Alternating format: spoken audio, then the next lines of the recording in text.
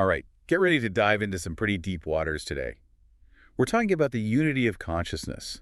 That feeling of experiencing everything as one whole thing, not like a jumble of sights or sounds or thoughts. It's a concept that, well, philosophers have been trying to wrap their heads around for ages. Even figuring out how to define it can be a challenge. But let's try to at least get a handle on what we're dealing with here. Yeah, for sure. So when we use this phrase, unity of consciousness, what are we actually talking about in a practical sense? Hmm. Think of it this way. When you bite into, let's say, an apple, you don't experience the taste, then the smell, then the texture as separate things. Yeah, It's one complete experience all at the same time. you got it. It all comes together. So how have philosophers over the years, how have they tried to grapple with this idea of unity? Well, one example, Descartes, he used the fact that conscious experience can't be divided up, that indivisible nature, as an argument for his mind-body dualism. Essentially, he said that if the mind can't be broken down into parts, then it can't be made of matter, because matter, to him, has to have parts. Ah, classic Descartes. Always separating the mind and the body. But were other philosophers on board with that?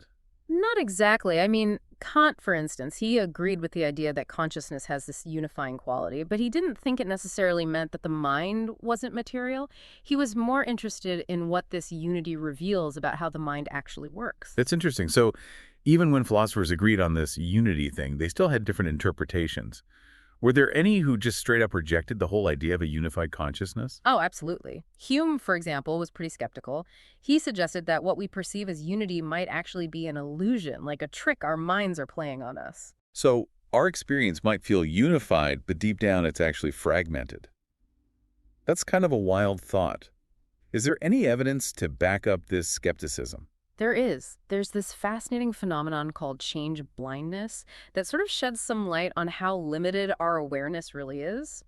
Experiments have shown that people often miss pretty big changes happening right in front of them. Oh, right, like that experiment where they switch out one person for another in the middle of a conversation and the observer doesn't even notice. Exactly. It suggests that we're conscious of way less than we think we are. Now, this doesn't automatically mean unity is wrong, but it does make you wonder about just how far our conscious awareness actually extends. Okay, so how much unity we have, that's up for debate. But let's say, for argument's sake, that this unity thing is real. Can it ever be disrupted? Can it be broken? Now that's where things get really interesting. Taking a look at those cases where unity seems to go a little haywire can give us some really valuable clues about the nature of consciousness. All right, lay some mind-blowing examples on me. What happens when this unity goes off the rails? One of the most well-known examples has to do with split brain patients. These are people who have had the connection between the two halves of their brain surgically severed. Oh yeah, I've heard of them. Don't they sometimes act as if they have two separate minds? That's right. In controlled experiments, they can exhibit some, well, pretty strange behavior. Imagine showing a split brain patient the word taxable, but it's split so that tax is processed by one hemisphere and able by the other. One hand might actually write tax while the other writes ably, almost as if two minds are at work independently. Whoa, that's incredible. But does that really mean they have two completely distinct minds? Or could there be another interpretation? There is. Some researchers have proposed what's called the switch model. They argue that there's still just one mind, but it's rapidly switching back and forth between the two hemispheres, like it's focusing on one at a time. So not a split in consciousness, but more of a rapid toggling between different parts of the brain. Exactly. Think of it as a mental juggling act. It keeps the experiences flowing even though they're coming from these separate sources. Okay, split brain patients. Show us what happens when the communication breaks down between those hemispheres. What other examples are there of this disrupted unity? Well, have you ever heard of mirror twins? These are identical twins whose bodies are mirrored, and sometimes their behavior, it suggests something pretty extraordinary. Yeah, I think I have. I've heard stories of them doing things in perfect sync as if they're sharing a single mind. Exactly. There's this famous case of the Chaplin twins, Greta and Frida. They would always dress identically and finish each other's sentences. They even did tasks together with this like uncanny synchronicity. And they absolutely hated being apart. They complained of feeling incomplete when they were separated. Wow. That almost sounds like a single consciousness that's stretching across two bodies. Definitely makes you think about our usual idea of what individual unity is. Are there cases where instead of expanding or splitting, unity seems to shrink? There are. Conditions like hemi-neglect and anosognosia really show how conscious awareness can become strangely limited. Hemi-neglect, that's the one where people ignore half of their body or their visual field, right? You got it. Imagine experiencing only one side of your world as if the other half just doesn't exist. And then there's anosognosia, where people are totally unaware of their disabilities, even really severe ones. They could be paralyzed, but insist they can move their limbs. That's both fascinating and kind of terrifying. But it seems like in these cases, the range of unity is messed with, but not necessarily broken. Yeah, you're right. It's like the container of consciousness changes shape, but the feeling of a unified experience is still there. But there are other conditions like schizophrenia, dysexecutive syndrome, and simultagnosia, where the unity itself seems to kind of shatter. Okay, let's break that down. How does schizophrenia, for example, affect the unity of consciousness? Well, in severe cases, it can lead to a real fragmentation of conscious awareness. Think of it like a mirror that's been shattered. Each piece reflects just a distorted part of reality. People with schizophrenia may have a really hard time connecting their thoughts and actions, even taking care of basic needs. They can experience the world as utterly chaotic and disjointed. That sounds incredibly distressing. Uh, What about dysexecutive syndrome? How does that work? Individuals with this condition, they struggle to hold even two things in their mind at the same time. Their ability to focus, to plan, to do even simple tasks is seriously impaired.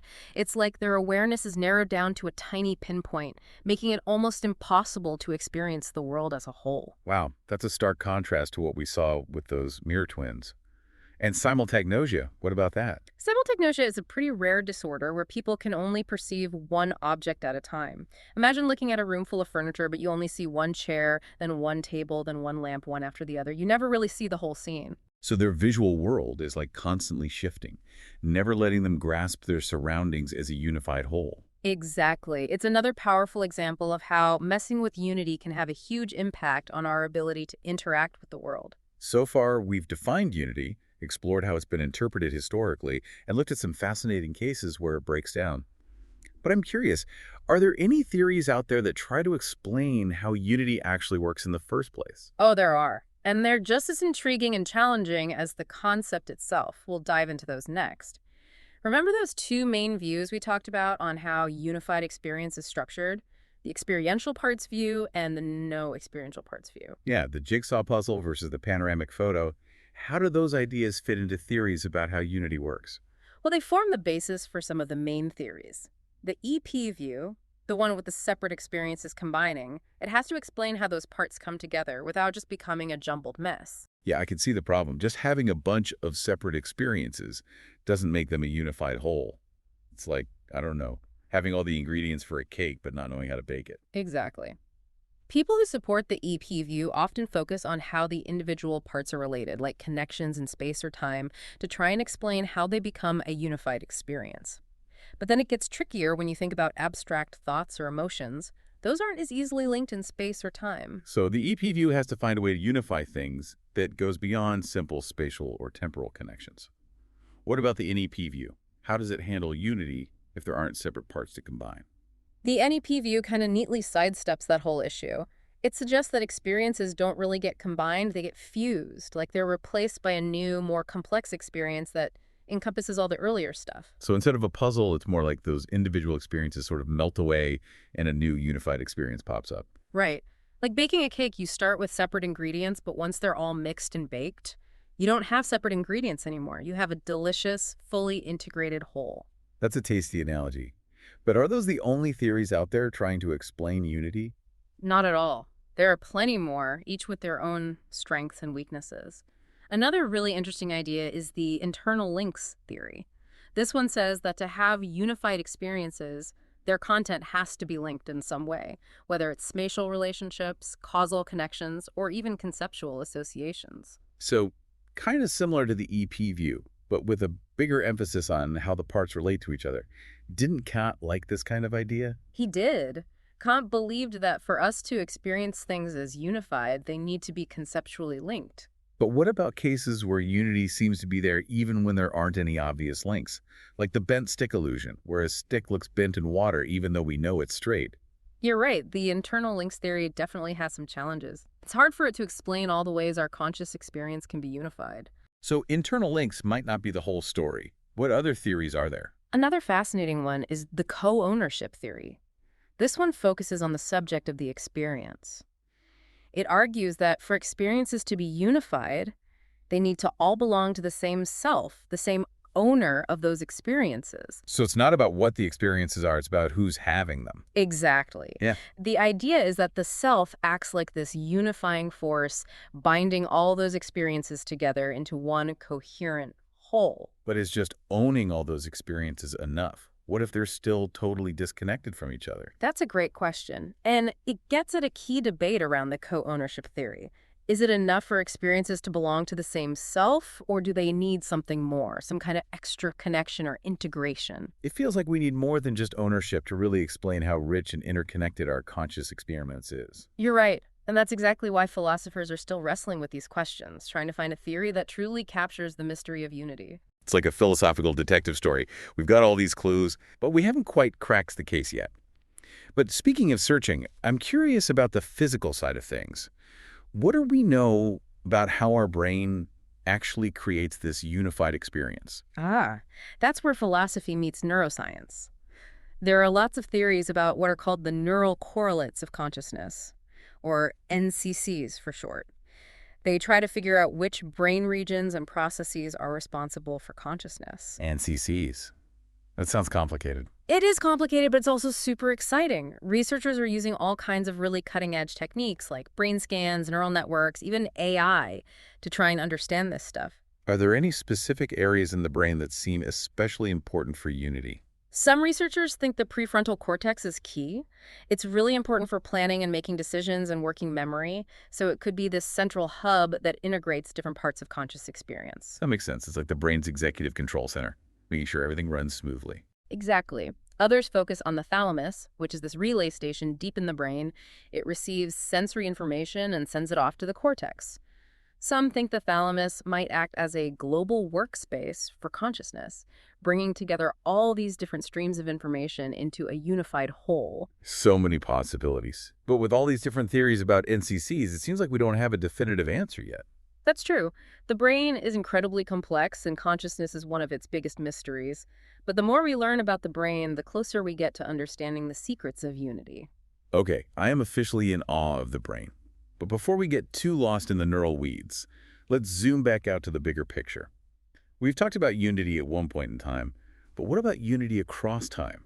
How does our experience flow from moment to moment without feeling like a bunch of separate snapshots? That's another crucial piece of unity, the continuity of consciousness. It brings up some fascinating questions about memory, personal identity, and the very nature of self over time. That's a big one. Mm-hmm. How does unity tie into who we are as individuals over time? Well, the philosopher John Locke, he argued that being the same person over time really comes down to having the same consciousness.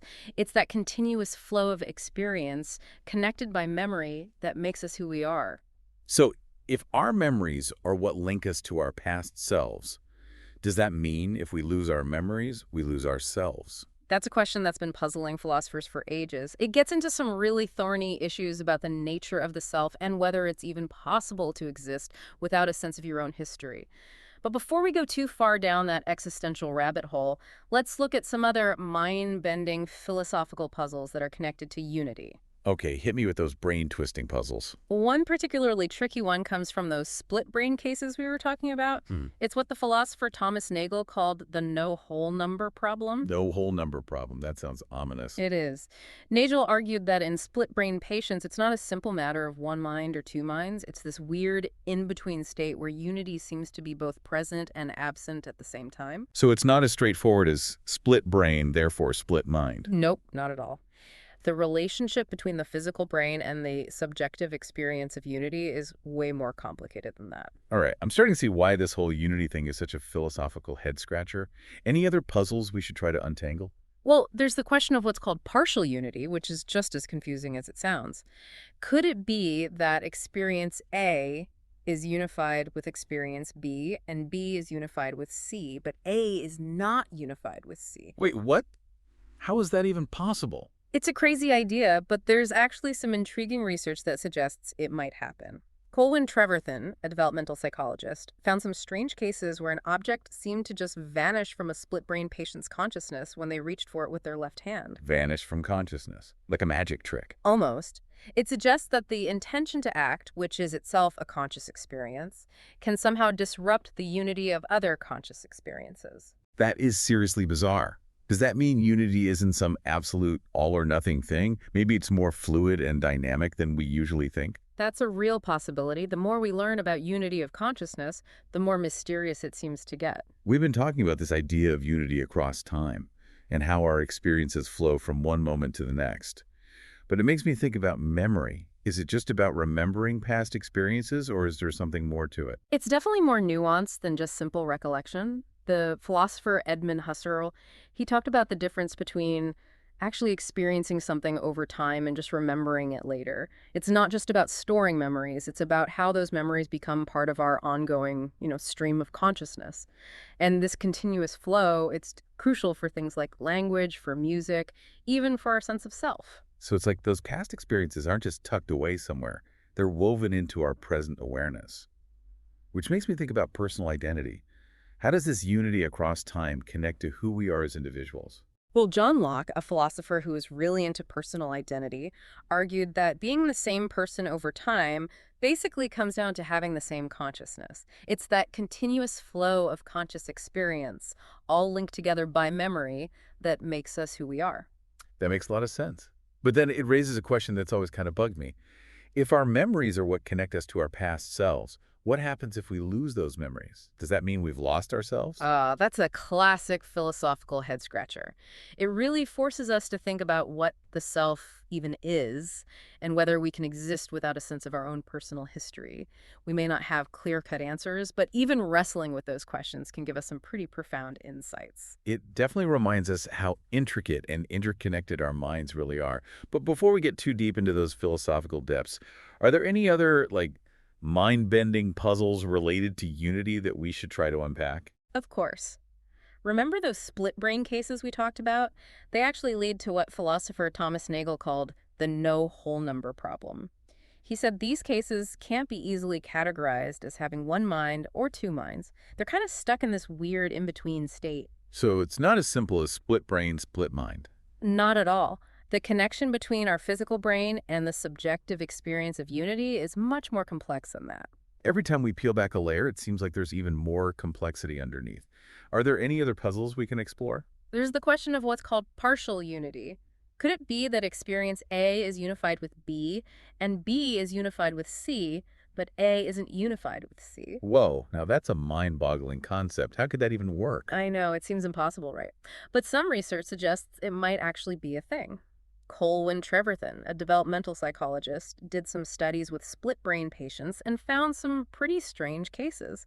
Like an object would seem to disappear from the patient's consciousness when they reached for it with their left hand. Objects just vanishing from their awareness?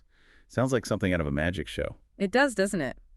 This research hints that even the intention to act, which is a conscious experience in itself, could potentially disrupt the unity of other conscious experiences. So the more we learn about the unity of consciousness, the more questions we seem to have. It's been a wild ride exploring all of this. It really has, and it highlights just how fundamental this idea of unity is to understanding the human mind. It's not some abstract philosophical idea. It affects our thoughts, our emotions, our actions, even how we see the world. Absolutely. We may not have all the answers, but even asking these questions, it helps us understand ourselves and the universe a little bit better. You got it. And maybe that's the biggest takeaway from our deep dive today. The process of exploring, challenging our assumptions, and being okay with the mystery is just as important as finding those concrete answers. Well said. So to all our listeners out there, keep those philosophical gears turning. Thanks for joining us on this deep dive into the unity of consciousness.